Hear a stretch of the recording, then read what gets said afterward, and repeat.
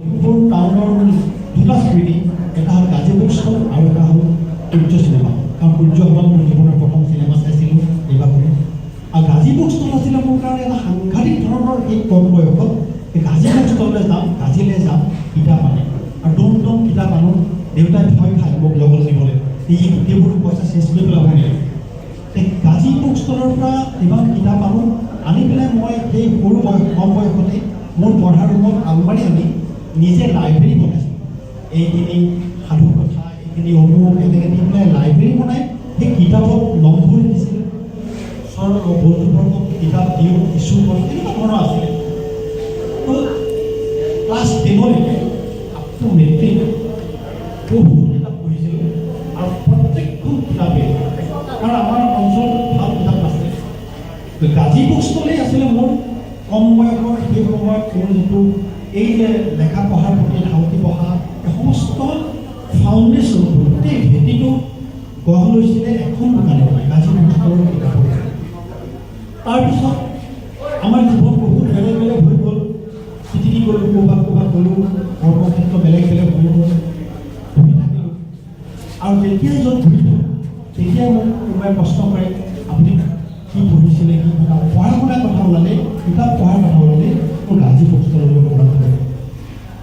আৰু সেইকাৰণে মোৰ এখন উপন্যাস গাজী বুক ষ্টল আৰু মোৰ দেউতাৰ নামত উৎসৰ্গা কৰিছিল। তাৰপিছত তোমালোকে যদি ক'লোঁ যে নষ্টালজিয়া যিটো যাত্ৰা এটা চলি আছে আমাৰ মাজত, সেইটো মোৰ মনত এটা বিশ্বাস যে গাজী বুক ষ্টলত গৈ সপ্তাহিকাৰী নামত মই এটা মোৰ ফালৰ পৰা সম্পূৰ্ণ জনাওঁ যে মোৰ মনটো আজি ভাল লাগে। যিখন দোকানত সৰুতে কাটি মই কিতাপ কিনিবলৈ গৈছিলোঁ, সেইখন দোকানত আজি মোৰ কিতাপ বিক্ৰী হয়, এই কথাটো মোৰ কাৰণে বেলেগ ধৰণ।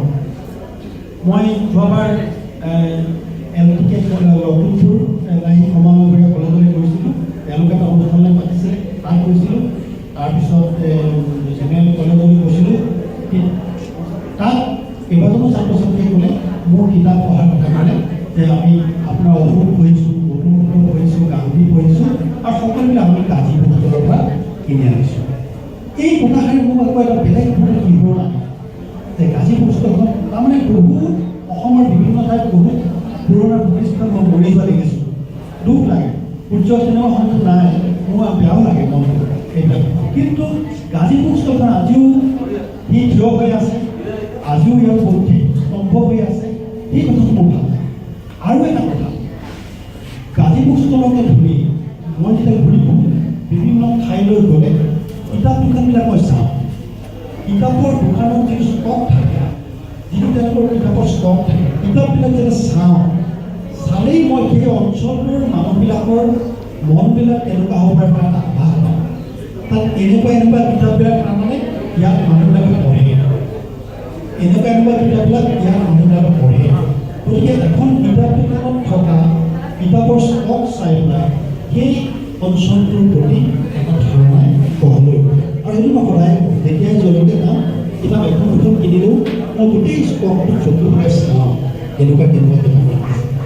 সেই যি নহওক, মই বহুত দীঘলীয়া কৰি দিলোঁ। তোমালোকৰ লগ পাই মোৰ বহুত ভাল লাগিছে, এইকাৰণে আজি বহুত ভাগ্যৱান।